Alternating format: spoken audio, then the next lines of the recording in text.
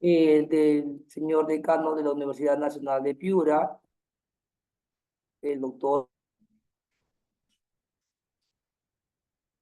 Juan Carlos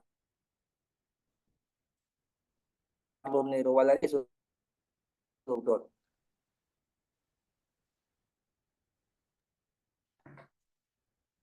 Discúlpeme, no sé si es mi señal o un poco lo escuché cortado, doctor. Creo que es su señal, doctor, es su señal.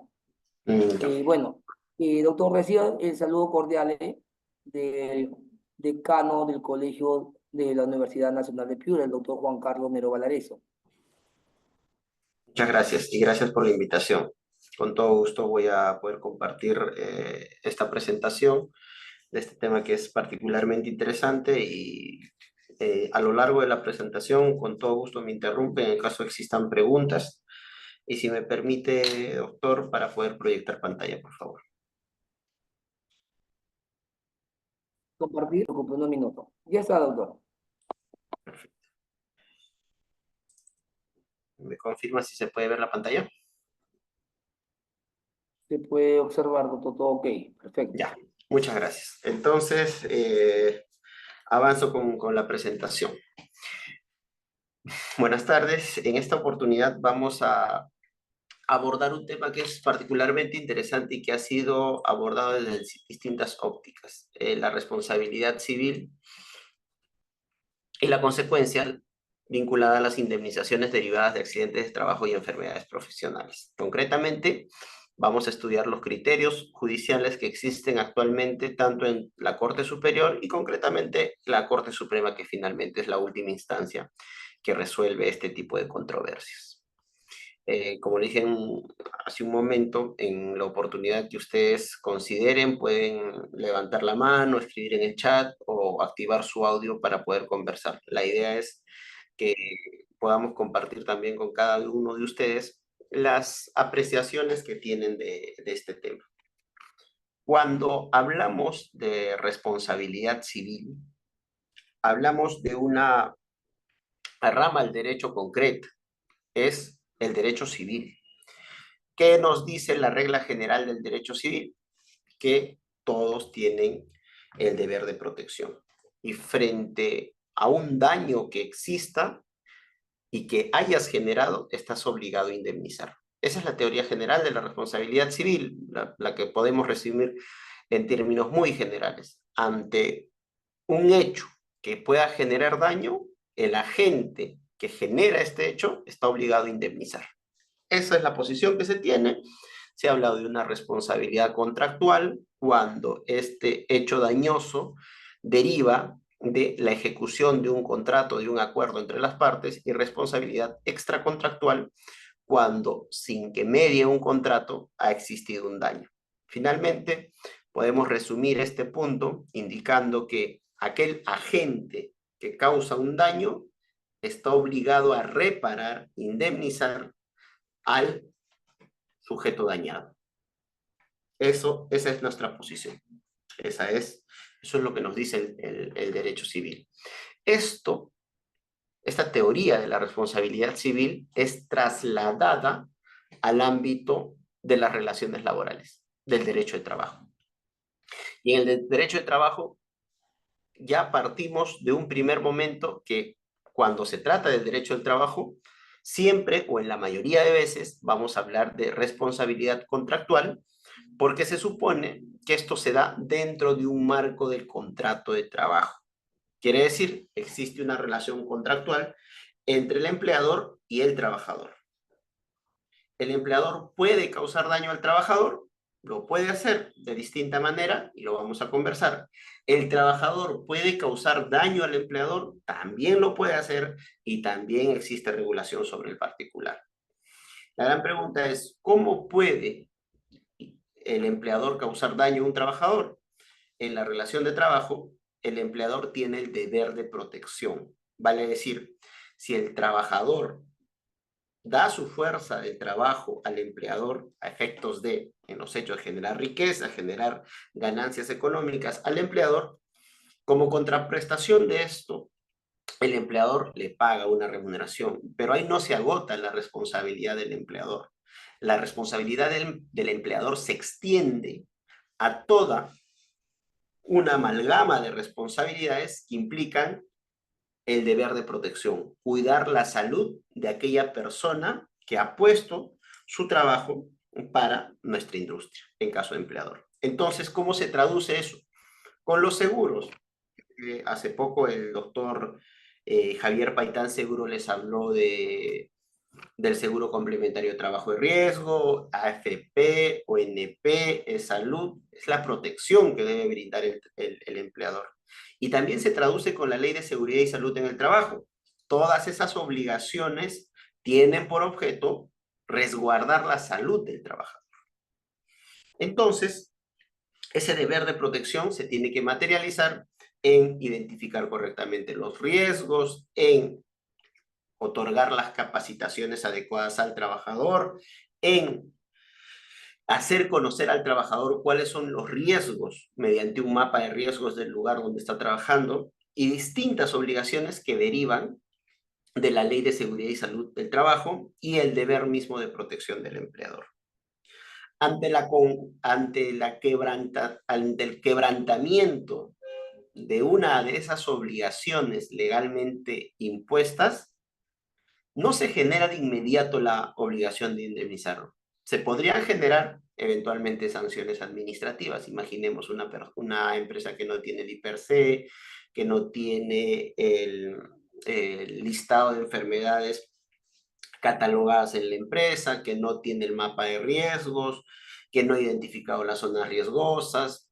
Las distintas contravenciones a la Ley de Seguridad y Salud en el Trabajo pueden generar obligaciones administrativas.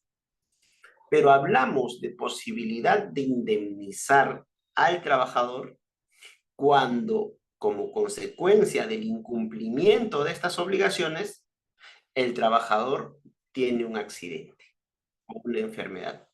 Esto va a generar que el daño se puede identificar.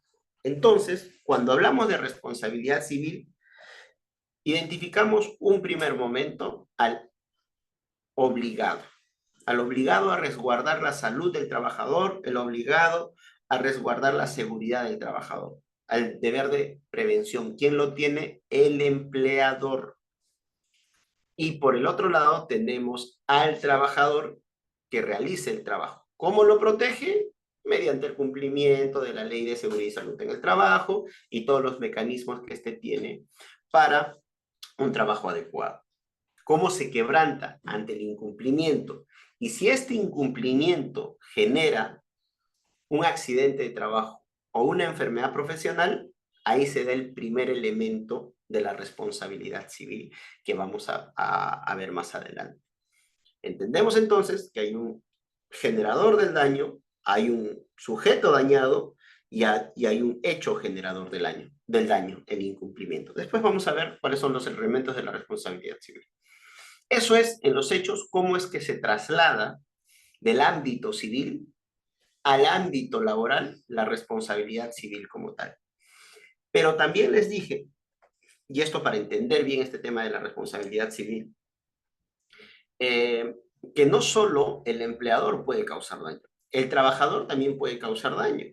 Por ejemplo, si tú capacitas correctamente al trabajador, si le dices cómo es que tiene que usar una maquinaria, si está en su descriptivo de puesto, está en sus capacitaciones, pero esta persona usa de manera inadecuada esa maquinaria y causa daño a la empresa. Si este trabajador sustrae objetos de la empresa, eso también es un daño patrimonial, es un daño económico que puede causar a la empresa.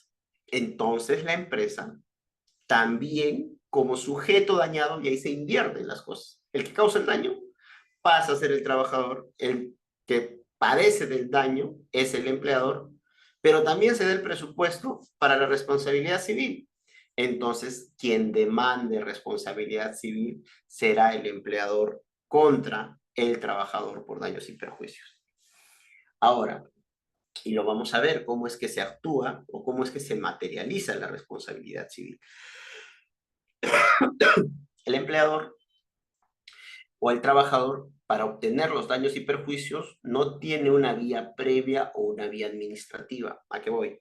No es que podamos ir en un supuesto de que me generas un accidente o me generas una enfermedad como trabajador, yo voy a la SUNAFIL no va a obligar a indemnizar al empleador. No, no voy a lograr ganancias económicas. Lo único que se va a lograr en la SUNAFIL es una sanción administrativa, una multa por falta grave, contra el empleador, pero no le va a generar una indemnización a favor del trabajador. ¿Qué es lo que genera la indemnización el trabajador o en qué instancia se da? En la mayoría de casos es estrictamente judicial, que tiene que ocurrir que el trabajador que haya tenido un accidente de trabajo o una enfermedad profesional tiene que acudir al órgano jurisdiccional mediante una demanda por daños y perjuicios, a efectos de que el empleador le indemnice un monto. ¿Qué monto? El que finalmente determina el juez. En la demanda se plantea un monto específico, el juez analiza las circunstancias del caso, analiza la responsabilidad del empleador y determina el monto indemnizatorio. Por lo que les digo que en estricto la determinación del monto de los daños y perjuicios es de carácter judicial.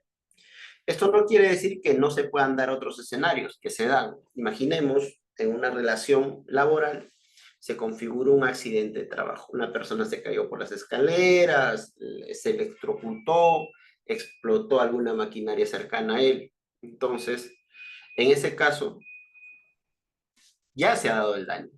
Pero el empleador, en vez de ir a un proceso judicial, ya se puede proyectar e indicar si este trabajador que fue dañado, que fue afectado, acude al órgano jurisdiccional, yo no sé cuánto me puede establecer el juez. Me puede establecer 20.000 o me puede establecer 100.000. No existe una tabla en el cual se analice cuánto es el monto que debe ser indemnizado. No existe, hablando de indemnizaciones derivadas de accidentes de trabajo o enfermedades profesionales. Existirán algunos tipos de criterio que nos den alguna razón, pero finalmente el monto, podría decirse, es discrecional. En esos casos, el empleador muchas veces opta por firmar una transacción con el trabajador a efectos de determinar un monto por daños y perjuicios. Y se evita el proceso judicial. ¿Está bien? Entonces tenemos esos escenarios. Para entender bien qué análisis va a hacer el juez, cómo es que se tiene que plantear una demanda por daños y perjuicios, qué se discute en demandas de indemnización por daños y perjuicios, vamos a revisar pues estos escenarios. Si me permiten. Primero, debemos tener en cuenta, y esto es muy importante, para aclarar también las tendencias que existen en el Poder Judicial. Hemos hablado de un daño, sí. ¿Y el daño qué puede ser? Un daño, ¿qué tipos de daño existen? Existe el daño moral, el lucro cesante y el daño emergente y el daño a la persona. Identifiquemos bien. Esto viene derivado de la ley. La ley te dice qué tipos de daño existen. ¿Qué es el lucro cesante? Todo aquello dejado de percibir como consecuencia del daño sufrido. ¿Qué quiere decir? Yo estuve trabajando, por ejemplo, en una mina y me tropiezo, me fracturo la pierna y no puedo trabajar por 2, 3, 4 meses, 5 años, 6 años, qué sé yo. Entonces, si ese impedimento, si ese accidente me impidió trabajar por tanto tiempo, el lucro cesante será todas las ganancias que dejé de percibir razonablemente como consecuencia de este daño. Eso es el lucro cesante. Daño emergente, ¿qué será? Los gastos adicionales que me han generado como consecuencia de este accidente. Vale decir, atenciones médicas, transporte para mis terapias y ese tipo de cosas. Ese es el daño emergente. Ya hemos conocido el lucro cesante, dejado de percibir, daño emergente, los gastos económicos que me genera como consecuencia del accidente, y el daño moral. ¿Qué es el daño moral? El daño moral es aquel sufrimiento, angustia, pena generada como consecuencia del accidente, del hecho generador del daño. El hecho generador del daño puede ser el despido, puede ser el accidente, puede ser la enfermedad, pero esto tiene que haberlo generado el empleador. Entonces, aquello que me causa aflicción, que me causa pena, que me causa congoja, también es indemnizable. Ya eso se le denomina daño moral. Finalmente, el daño a la persona. El daño, y estamos hablando del mismo daño, y imaginemos el mismo ejemplo que hemos puesto, esta persona que se accidenta, que tiene un accidente de trabajo, una enfermedad profesional, también tiene un daño a la persona misma, o sea, a su cuerpo. Entonces, este daño a la persona, este daño, por ejemplo, la ruptura de una pierna, la ruptura de la cabeza, o la neumoconiosis, o la hipoacusia, afectan a la persona como tal. Ese es el daño a la persona. Entonces, esos son los daños que se encuentran regulados. Entonces, ustedes como conocedores del derecho saben que tenemos dos sistemas jurídicos, el civil law y el common law. En el common law, el juez resuelve sobre la base de lo que determina la costumbre y la jurisprudencia. La jurisprudencia y la costumbre son los que crean derecho. En el civil law, lo que determina o cómo se resuelve un caso es a partir de lo que te dice la ley. Nosotros estamos en el civil law. ¿Qué quiere decir? Que la ley tiene que indicar qué tipos de daño existen ya en el tema en específico.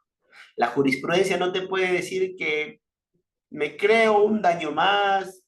A mí también creo que aparte del daño moral o procesante, daño emergente, podría existir otro tipo de daño, daño religioso, qué sé yo, daño social. No, porque todo esto tiene que partir de la norma, tiene que tener base jurídica. En el common law sí se pueden dar esa libertad de crear daños, de establecer la cuantificación. En el civil law o en el ordenamiento jurídico que nosotros tenemos, quien determina qué daños se van a discutir es el juez. Ese es nuestro sistema jurídico. Entonces, ¿cómo es que resuelve el juez?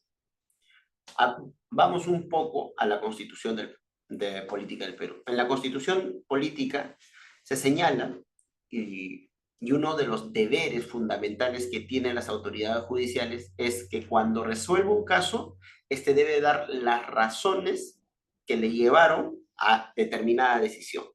Es decir, motivar. A eso se llama motivar las resoluciones. Justificar aquella decisión que ha emitido. ¿Cómo es que se justifica? Con la mención expresa de la ley aplicable. ¿Qué quiere decir? La norma que has aplicado para resolver un conflicto jurídico. El Código Procesal Civil también te dice que el juez debe aplicar el derecho que corresponda al proceso. El juez no se puede inventar un derecho y decir, a mí, a mi propia consideración, correspondería también este tipo de cosas, a mi parecer también deberíamos dar otro tipo de daños. No, porque el juez debe aplicar el derecho nacional, el derecho que está en el Código Civil, en el Código Procesal Civil, en la nueva Ley Procesal del Trabajo o las normas materiales del trabajo. Porque si no lo hace, si crea derecho inexistente en la norma, se configura lo que el Código Penal denomina prevaricato. ¿Ya? Tenemos hasta ahí esos elementos. Pero vayamos. ¿Por qué hablamos de esto? Porque a criterio o entender de la Corte Suprema, existiría un tipo de daño más de los que hemos conversado. Hemos conversado de qué daños: moral, lucro cesante, daño emergente y esa tipología de daños. Pero a criterio de la Corte Suprema existiría los daños punitivos. Seguro muchos de ustedes lo han escuchado, por ahí se les ha indicado que existirían estos daños punitivos. Los daños punitivos no son connaturales a nuestra legislación nacional, no se han creado, no están regulados en el Perú. simplemente es una teoría que nace del common law. El common law, que creado por la costumbre, creado por la jurisprudencia, dice que cuando, cuando una persona causa un daño y este daño sea irreparable, sea un daño que debe ser sancionado, aparte de indemnizar al trabajador, se le debe sancionar o castigar al que generó el daño. En este caso sería al empleador, y a eso se llaman daños punitivos o los punitive damages. Quiere decir que es una sanción dirigida y directa al empleador por haber causado un daño o a cualquiera que generó. Se caracteriza bastante este daño por ser un daño ejemplificador, por ser un daño que va a hacer que el empleador recapacite y no vuelva a incurrir en este tipo de daños. Pero volvemos, esto lo ha señalado la doctrina, no tiene base normativa. No existe una norma que te diga que se pueden dar daños punitivos. Tiene una finalidad, como ven ustedes en la presentación, sancionatoria y no resarcitoria. Entonces, la idea de establecer un quantum indemnizatorio por daños punitivos implica una sanción. Esta sanción se da contra las conductas indebidas, abusivas, y lo que se pretende con estos daños punitivos es tratar de que el empleador, el trabajador o el que haya causado el daño, no importa quién, no vuelva a producir este tipo de daños. ¿Qué ha pasado, señores? En el pleno jurisdiccional en materia laboral y previsional, se ha establecido que además de los daños que ya hemos conversado, que conocemos, deban derivarse daños punitivos. El juez de oficio, dice, ordenará pagar una suma por daños punitivos, las mismas que serán equivalentes al que se hubiera respondido al trabajador por aportar al sistema de pensiones. Esto, señores, es lo que llamamos emitir una decisión en contra de lo que está en la ley, porque ni siquiera tiene base normativa. Los daños punitivos no tienen base legal. Entonces, aquí la Corte Suprema en los hechos ha creado o inventado derecho. Ha creado una regla sin que exista una norma habilitante para ello. Este punto también para los casos de accidentes de trabajo se ha señalado. Y hay muchas demandas que plantean en los que se pretenden daños punitivos y todavía existen sentencias. Yo acabo de apelar hace 2 semanas una sentencia que impuso daños punitivos derivados de un accidente de trabajo. Y ahí, para la Corte Suprema, existen daños punitivos de origen pensionario, daños punitivos de origen accidente de trabajo y enfermedades profesionales. Lo que aquí debemos tener en cuenta, señores, es que al no tener la base normativa, este pronunciamiento como tal ha sido dejado sin efecto recientemente por la Corte Suprema. Y debido a ello, actualmente ya no se pueden hablar de daños punitivos. Los daños punitivos como tal ya no existen. Es algo que se creó mediante la jurisprudencia, en una tendencia jurisprudencial otorgar daños punitivos, pero ya ha sido descartado. Entonces, la primera conclusión que podemos tener acá es que no es posible legalmente implementar los daños punitivos. Esta regla existente por parte de la Corte Suprema ha determinado que estos daños punitivos se generaron en un momento, como una tendencia de la Corte Suprema. Este error ha sido modificado, ya no existen los daños punitivos como una figura como tal. Esta primera conclusión debemos entenderla ahora. No se habla de daños punitivos. Entonces, ya no existe, la Corte Suprema se ha rectificado y ya no hay, frente a un accidente de trabajo o enfermedad profesional, daños punitivos. Entonces, Dicho eso y explicado ello, veamos lo que sí actualmente está vigente. ¿Qué cosas se pueden dar en un escenario de accidente de trabajo o enfermedad profesional? Para esto, debemos entender que la protección del trabajador se ha dado por distintas etapas. Primero era la responsabilidad por culpa, allá en 1900 a 1980 más o menos. ¿Qué quería decir esto? Que para que el empleador pueda indemnizar al trabajador, el trabajador tenía que acreditar que el trabajador actuó con dolo o con culpa grave. Solo en esos escenarios, el empleador iba a indemnizar al trabajador. Esto cambia cuando pasamos a la responsabilidad objetiva del empresario. ¿Qué quiere decir la responsabilidad objetiva del empresario? Que ante la configuración de un accidente de trabajo o enfermedad profesional, siempre va a ser el empleador el responsable de indemnizar al trabajador. Siempre. ¿Por qué? Porque el trabajador puso su fuerza de trabajo en la empresa del empleador y el empleador tenía la obligación de resguardar su salud. Si no se resguardó la salud del trabajador, si ocurrió un accidente o una enfermedad, es porque algo ha fallado en el sistema de seguridad y salud en el trabajo. Es porque ha contravenido eventualmente una norma el empleador. Y como tal, se genera pues la obligación de indemnizar. Posterior a ello, se crean los seguros. El aseguramiento obligatorio, la gestión de riesgos. En el aseguramiento obligatorio, esto varía. ¿Por qué? Ya tienes al empleador. Tienes al empleador que es el responsable frente a accidentes de trabajo, frente a enfermedades profesionales. Entonces, el empleador, ¿qué puede hacer? Puede trasladar esa responsabilidad a un seguro. ¿Qué quiere decir? El empleador puede contratar un seguro de manera tal que frente a accidentes de trabajo o enfermedades profesionales, sea la aseguradora quien entre a otorgar la cobertura correspondiente.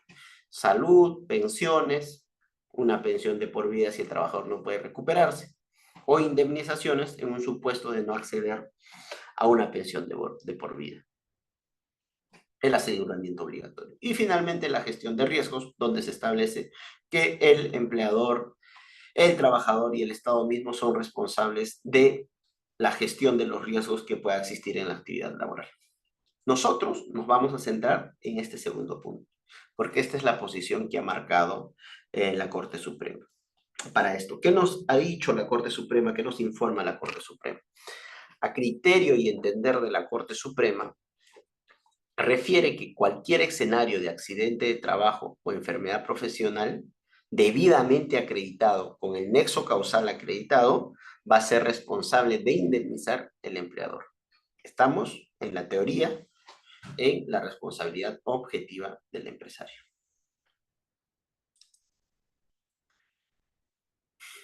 ¿Pero qué se entiende por responsabilidad objetiva? Veamos qué nos dice la Corte Suprema en la Sala Civil Transitoria.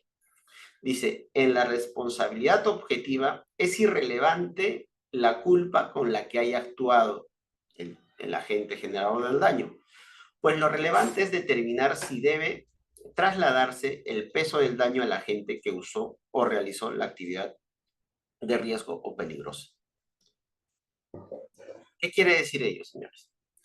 Que cuando se configura un accidente de trabajo o una enfermedad profesional, lo que tiene que hacer el trabajador a efectos de lograr una indemnización a cargo del empleador es acreditar el daño. Es decir, si yo he tenido, me he caído, he levantado peso y he tenido un problema en la columna, yo tengo que acreditar el grado de menoscabo que me genera ese accidente.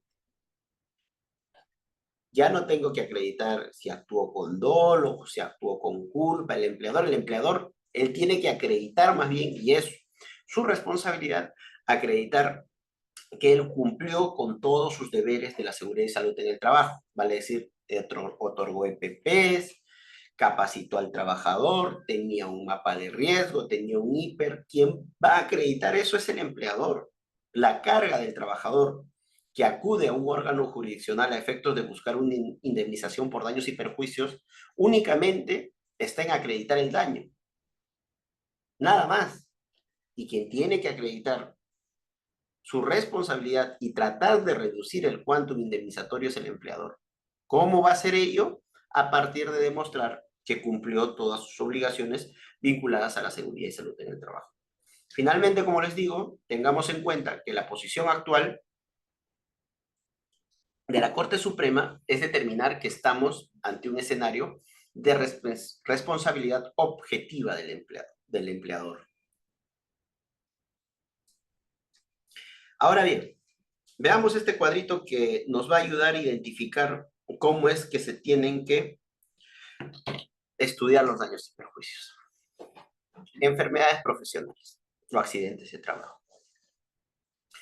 Esto se vincula bastante con la clase que han tenido sobre accidentes de trabajo y enfermedades profesionales.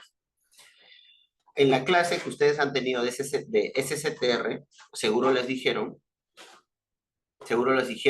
que ante un accidente de trabajo o una enfermedad profesional hay distintos tratamientos, distintas maneras de abordaje.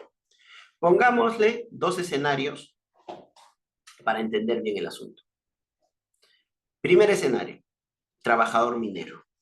Primer escenario, trabajador siderúrgico, trabajador del área de pesquería. Estos trabajos son calificados como trabajos de alto riesgo y la ley les da esa calificación.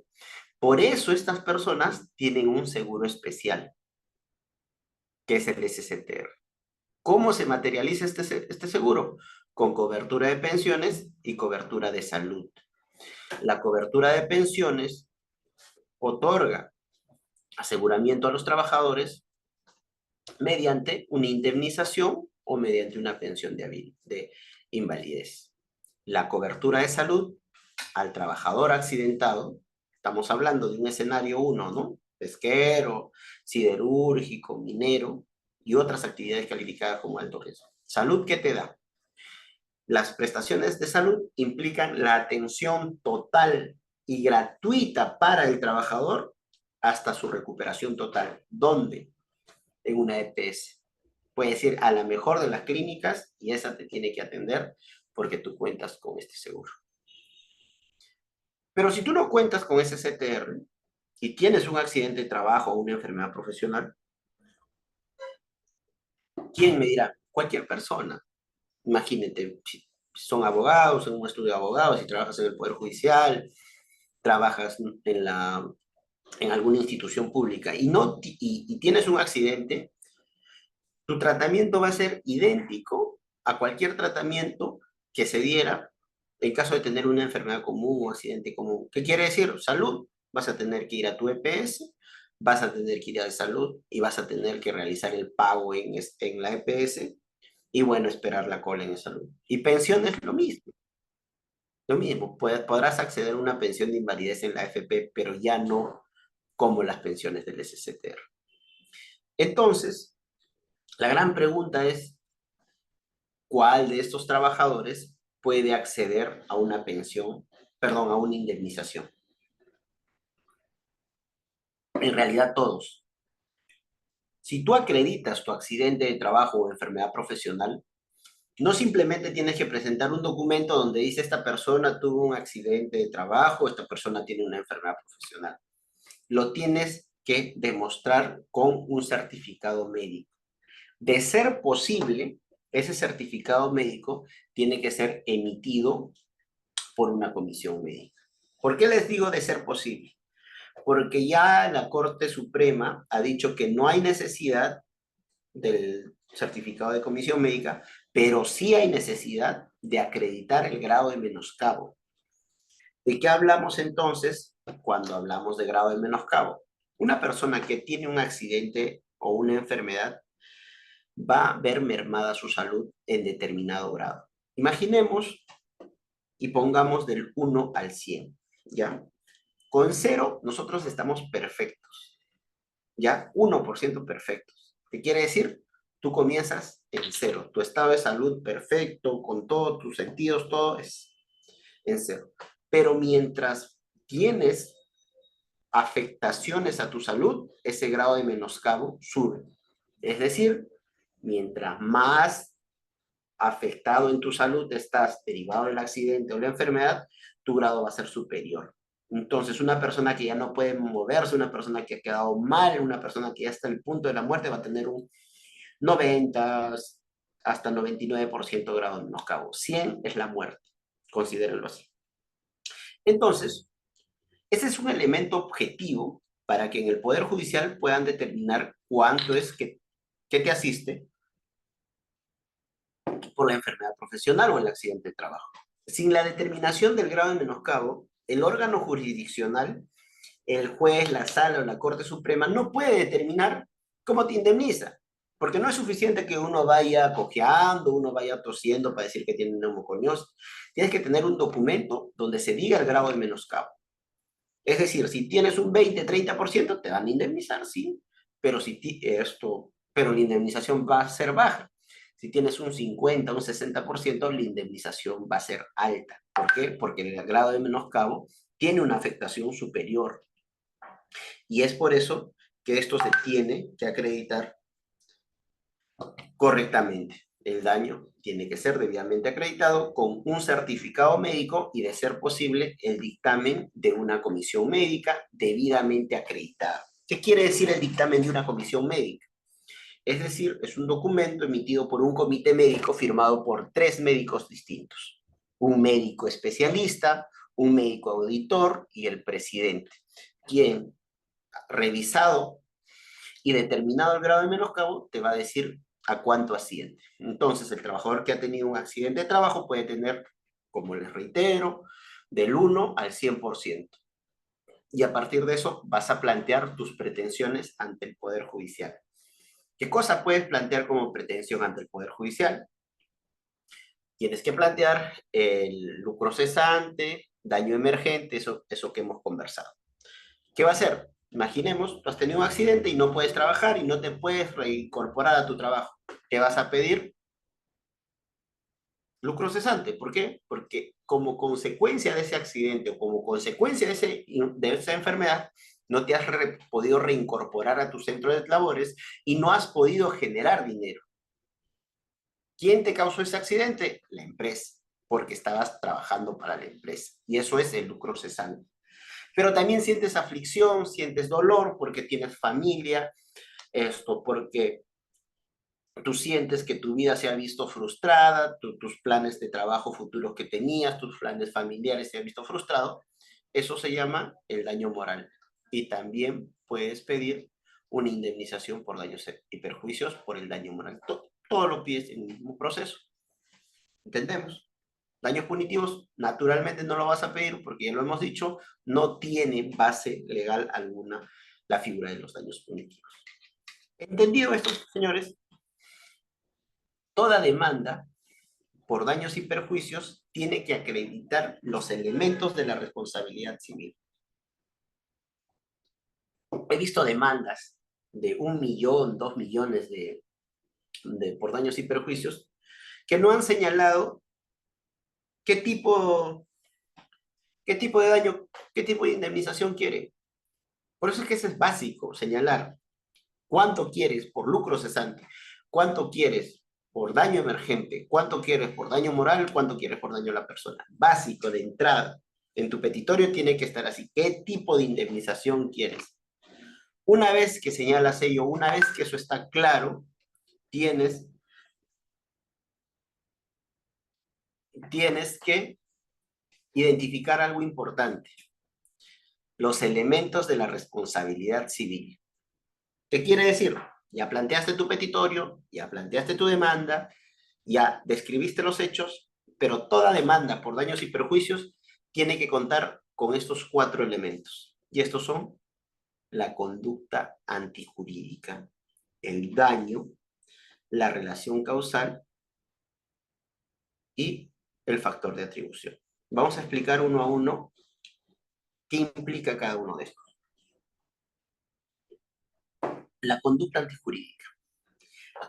El agente generador del daño, es decir, en una relación laboral, el empleador, ha debido incurrir en una conducta antijurídica para que se derive una indemnización por daños y perjuicios a cargo del empleador, de la empresa.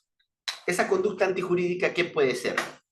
Identifiquemos, por ejemplo, que uno ha estado caminando por la planta de la empresa, imaginemos que es una embotelladora, está caminando y por ahí una de las botellas se rompió, botó el líquido, te tropiezas y caes. Hasta ahí, tranquilamente el empleador puede decir, bueno, es el tropiezo, es un hecho fortuito, yo no pude prever esa situación, pero si uno está en una planta industrial, tiene que dar los zapatos adecuados a la persona. Si uno está en una planta industrial, tiene que tener a alguien vigilante para que advierta ese tipo de cosas. Tiene que tener un mapa de riesgos, qué riesgos potenciales existen. Tiene que tener un hiper. Si no lo tiene, si ha ocurrido ello como consecuencia de la negligencia del empleador, tiene que tener un piso que no sea liso, porque pueden pasar este tipo de cosas. Entonces, ahí es que se identifica, cuando hagas la estructura de tu demanda, la conducta antijurídica. Primer elemento.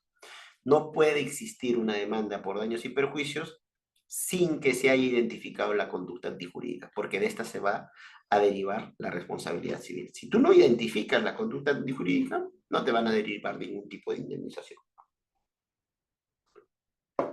Segundo, y es importante, es tan importante, les diré que cada uno de estos elementos tienen que estar en una demanda por daños y perjuicios.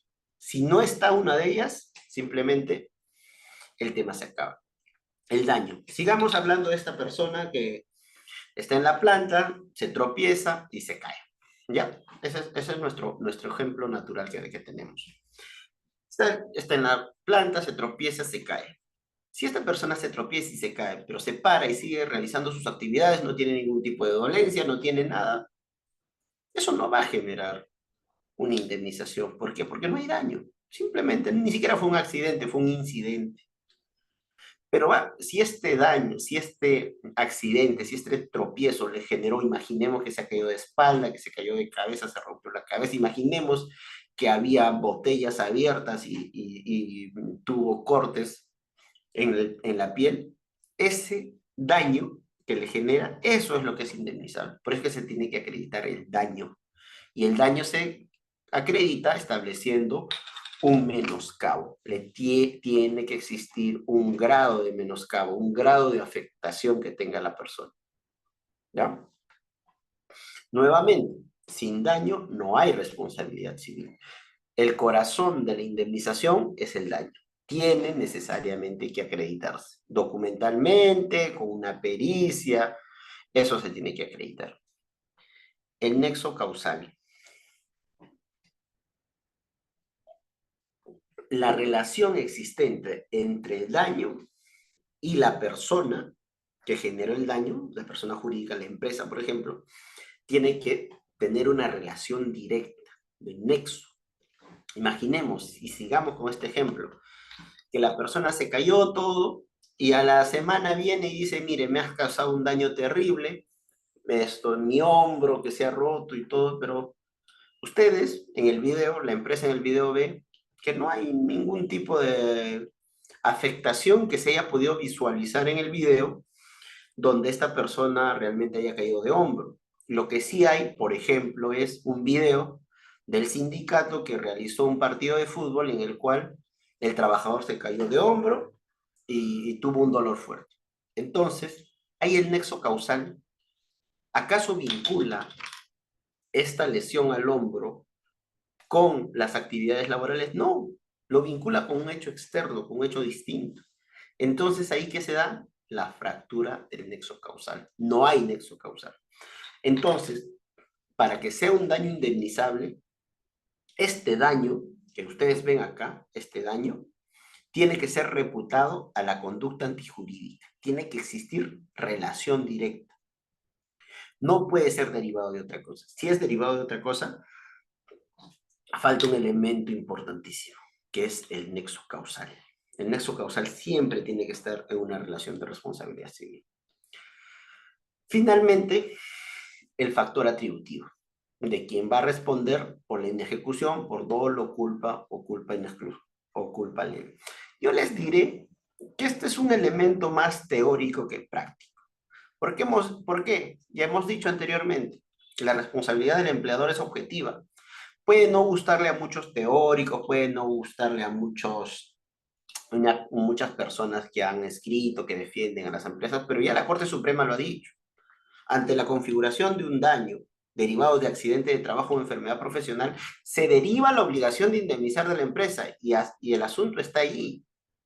Pero bueno, también se pone el factor atributivo, no está de más que ustedes lo pongan por estrategia, identificando el dolo o la culpa que pueda generar la responsabilidad civil derivada del daño.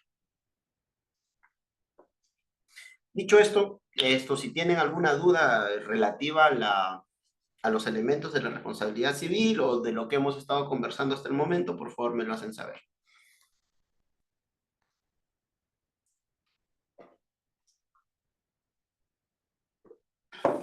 Otro elemento que es importante tener en cuenta es, hemos hablado de accidentes de trabajo, pero hablemos también de enfermedades profesionales, que es el otro ítem importante de este tema que hemos estado conversando.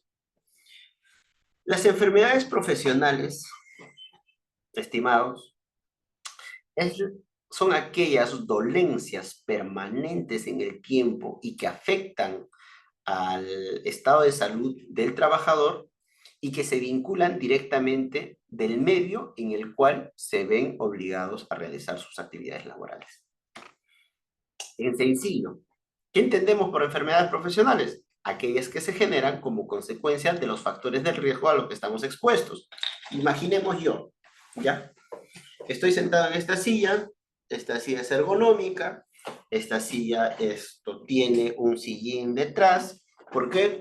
Pues soy abogado, porque estoy sentado todo el santo día con mis audiencias, todo. Entonces, yo tratando de tener esta silla, tengo una silla que no me va a generar problemas lumbares, problemas en la columna. Pero ¿qué pasa?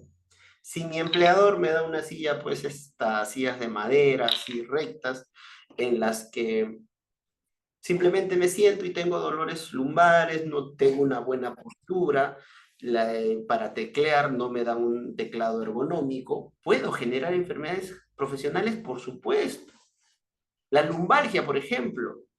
Imaginemos que soy un chofer de camión, el cual constantemente el camión está sometido a vibraciones. Las vibraciones intensas, sin un tiempo de reposo correspondiente, genera lumbalgia. Imaginemos, por ejemplo, si yo soy trabajador en el cual trabajo con cables y mi mano tiene que estar moviéndose constantemente. Genera que enfermedades del manguito rotador. Y así, esos son enfermedades. El problema acá, señores, es que no les conviene mucho a las empresas, no les conviene mucho a las aseguradoras que entendamos claramente que las enfermedades profesionales son eventualmente quizá más grandes que los accidentes de trabajo si hablamos de contingencias laborales. ¿Qué nos dice la norma? Que existe un listado de enfermedades profesionales, dice. Pero este listado, señores, es absolutamente referencial. Este listado no es determinante. Simplemente este listado te dice que si tú encuentras en este listado de enfermedades profesionales alguna enfermedad, entonces esta va a ser calificada como enfermedad profesional. Sin embargo, la norma nos dice, este es el reglamento de la norma del SCTR, nos dice, en caso que una enfermedad no aparezca en la tabla de enfermedades a que se refiere el párrafo anterior, quiere decir la ley que crea el listado de enfermedades profesionales, pero se demuestre que existe relación de causalidad entre la clase de trabajo que se desempeña el trabajador, entonces deberá ser reconocida como enfermedad profesional. Entonces, ¿qué te dice la norma? La norma claramente te dice que no hay necesidad entonces que una enfermedad profesional tenga que estar en el listado de enfermedades profesionales. Es más, yo les diré que esta norma que crea el seguro complementario del trabajo, por ejemplo, nace en 1998. Sí, en mayo del 98 comienza a tener vigor.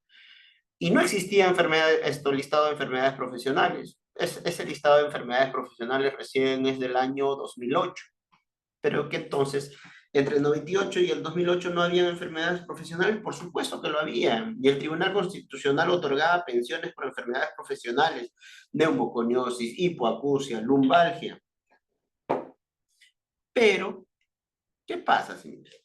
La Corte Suprema, nuevamente, con criterios bastante, por decirlo menos, dudosos, contradictorios, no sé con qué intenciones, emite sentencias como esta, por ejemplo, de la casación 1278 del 2018. ¿Qué nos dice?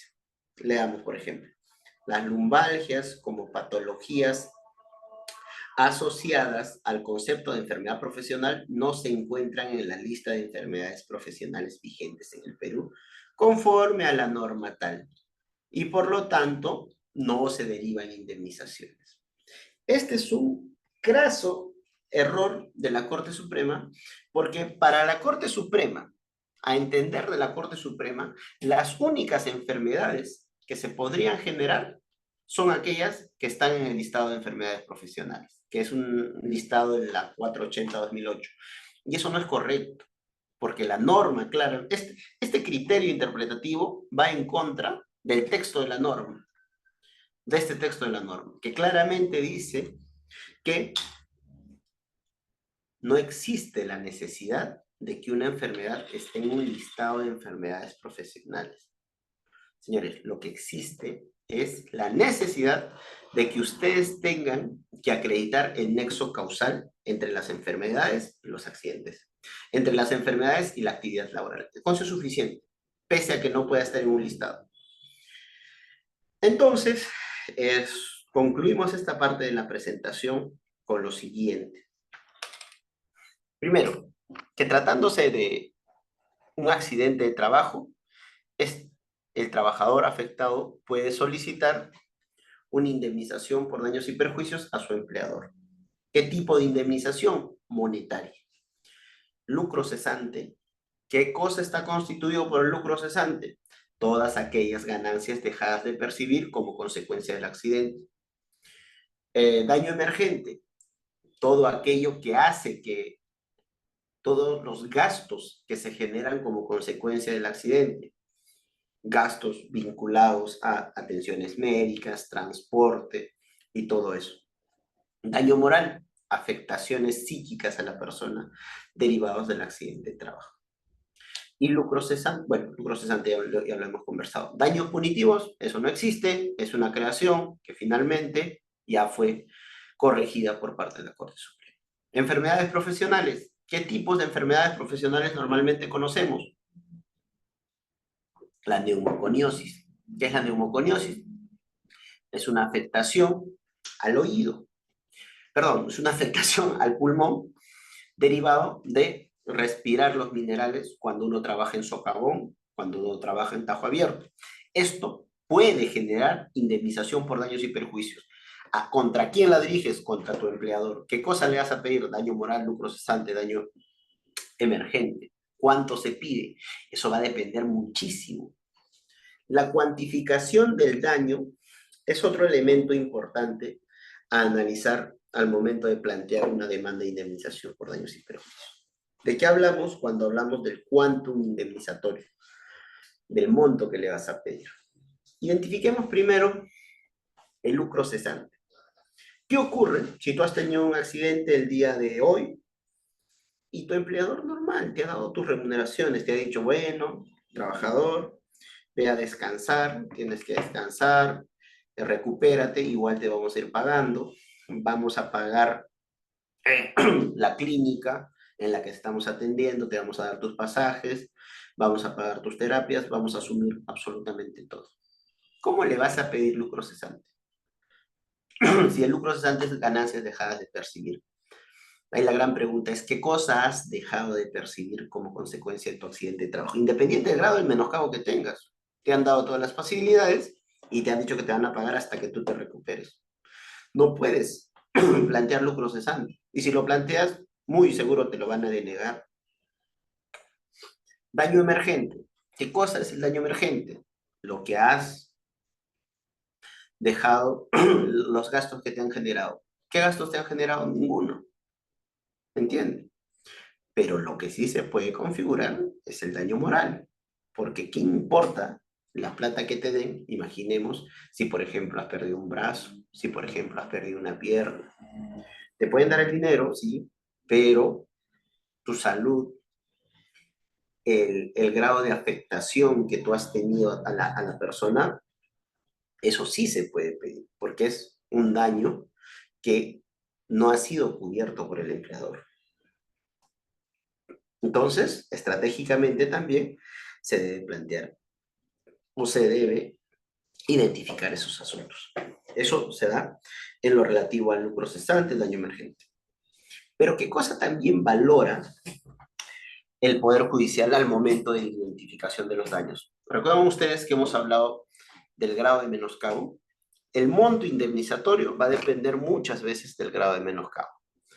Tuve, por ejemplo, hace poco un caso en Sullana, me parece, en el cual a un trabajador había tenido un accidente de trabajo reconocido, un accidente de trabajo que ya estaba determinado, y este señor pedía lucro cesante y daño emergente. Pero en la historia clínica decía que el trabajador ya se había recuperado y que estaba recuperado al 100%. Tú no puedes pedir lucro cesante, no puedes pedir daño emergente. ¿Por qué? Porque no tienes un grado de menoscabo. Lo que se indemniza es el menoscabo que te genera el accidente a tu actividad como trabajador. Entonces, muy brevemente, y ya en estos 10, 15 minutos adicionales, y después le voy a dejar para las preguntas, vamos a conversar sobre cómo es que se litiga en la nueva ley procesal del trabajo. En la nueva ley procesal del trabajo es necesario un escrito de demanda, sí, pero tu argumentación, tu defensa del caso va a ser, en la mayoría de veces, oral, la oralidad. Entonces, la nueva ley procesal del trabajo va a implicar la oralidad, oralizar tus medios probatorios. ¿Cuáles son tus medios probatorios? Si eres demandante, va a ser tu certificado médico, tu dictamen de la comisión médica. Si eres demandado, la empresa tiene que acreditar que ha cumplido, tiene un hiper, tiene un mapa de riesgos, ha dado capacitaciones al trabajador, le ha otorgado sus EPPs al trabajador. ¿Eso qué va a hacer? Que se elimine la obligación de indemnizar o se reduzca la obligación de indemnizar. Inmediación. En el análisis de estos documentos, en la audiencia correspondiente, siempre va a estar el juez. El juez va a estar siempre y las alegaciones se van a hacer ante el juez. Concentración. Todo esto se va a resolver en la audiencia de juzgamiento. Es poco probable que se manden a pericias médicas. No, no sucede. Uno ya tiene que ir con todos sus medios probatorios.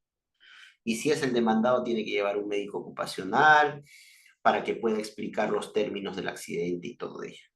Celeridad, como les digo, demanda. Audiencia de conciliación, no concilian, audiencia de juzgamiento. En el juzgamiento se determina y se emite la sentencia. Entonces, todo en búsqueda de la economía procesal y sin perder de vista que el objeto del proceso laboral es la búsqueda de la verdad material. Entonces, ustedes tienen que plantear una teoría del caso. ¿Qué es la teoría del caso? A partir de lo que nosotros hemos explicado, que es que ustedes van a explicar cómo se dieron los hechos, qué tipo de indemnización necesitan, daño moral, lucro cesante, daño emergente o los tres, tranquilamente lo pueden pedir, con qué sustentan esa pretensión. Entonces, ¿qué es una teoría del caso? La teoría del caso es la explicación que ustedes van a tener de cómo o qué es tu caso, de qué se trata tu caso, ¿ya? Es absolutamente necesario que ustedes tengan una teoría del caso. Si no tienen una teoría del caso, va a ser una posición débil la que estén planteando. ¿Por qué es necesario la teoría del caso? Porque con esto es lo que cuentas tú para que el juez te crea la posición que tú estás planteando. ¿Cómo se desarrolla una teoría del caso? Ustedes tienen que entender el caso, tienen que plantear y tienen que plantear una línea de tiempo. Visión que tiene cada una de las partes sobre lo sucedido. Esa es la teoría del caso. Ustedes, ya sean demandantes o demandados, van a tener una teoría del caso. De tu accidente es la versión de tu abogado como demandante que está contando. Y la teoría del caso de la empresa es la versión respecto del accidente que está contando la empresa. Cada uno va a tener su versión. ¿Quién va a ganar? Quien mejor relata los hechos. El punto de vista, la hoja de ruta, el relato. Por eso es que deben ser ordenados. No es que simplemente acumulas todo y ya verás, juez, cómo me resuelves. Tú ya tienes que darle una mano al juez, seas demandante, seas demandado, de cómo es que se debe resolver tu caso. La mejor teoría del caso va a ganar el proceso. Aquí no se trata de, sí, sí tuve el accidente, lo juro, por Dios, no. Tienes que relatar, se dieron estos hechos, hice esto, en el momento tal ocurrió tal, nadie me ayudó, hice tal, me caí, tuve este accidente, con esto lo pruebo. Este relato viene sustentado de prueba. ¿Por qué es necesaria una teoría del caso? ¿Para qué nos va a servir una teoría del caso? Porque nos va a permitir alinear todas las decisiones que se tomará en el juicio. Ustedes ya tienen que tener su versión del caso.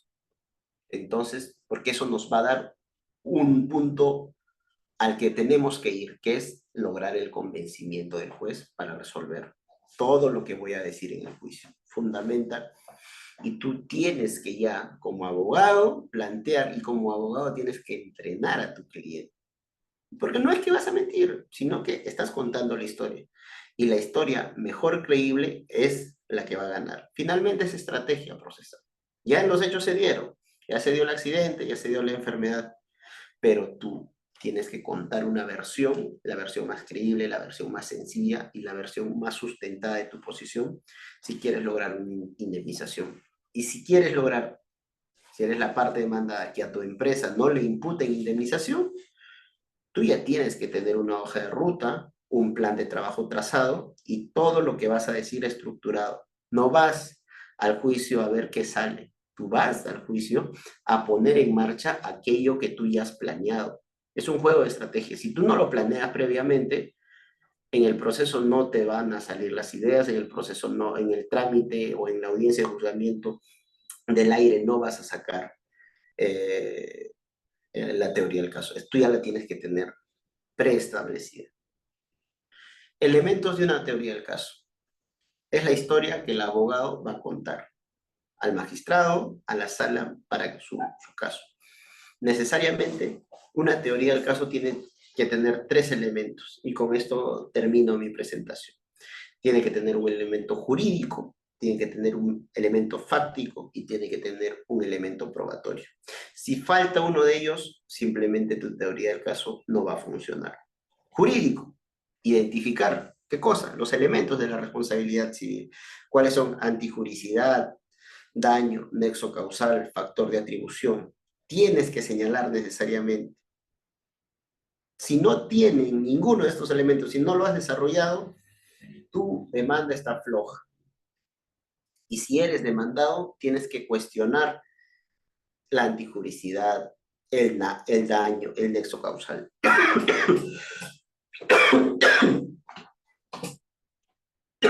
Disculpen. Y en lo relativo al elemento fáctico, tiene que estar un relato claro, sencillo, no complicado de los hechos.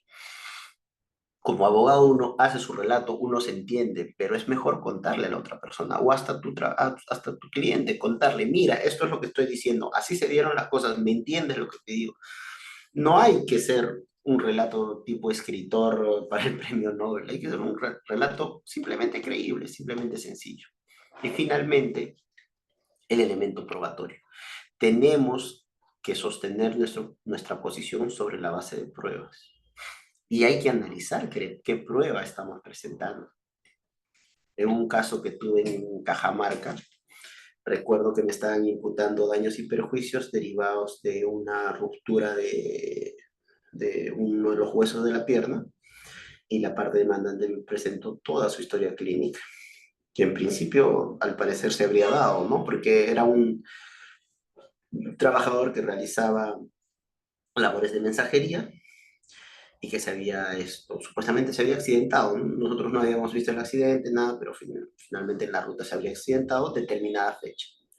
Pero lo que vimos es que todavía antes de entrar al trabajo,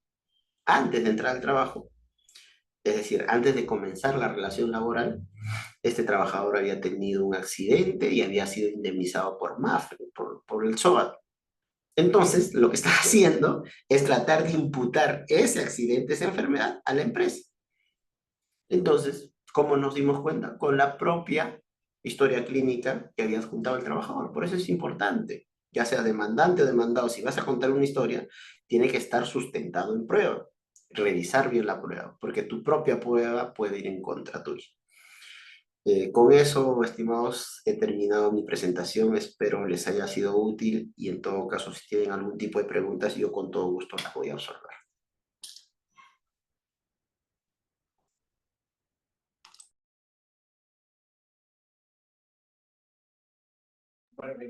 Doctor, estaba escuchando bien atento su disertación. Queremos agradecerle, ¿no? Y antes de que se retire, queríamos tomar una foto, por favor. Un minuto que estoy hablando con producción, doctor, por favor.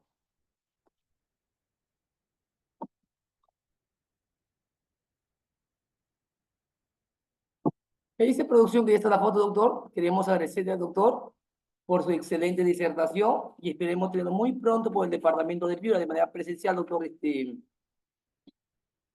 Daniel Pañuran Jiménez. Muchas gracias, doctor. Un fuerte abrazo y reitero la No, solicitud de las autoridades de la Universidad Nacional de Piura. Un fuerte abrazo.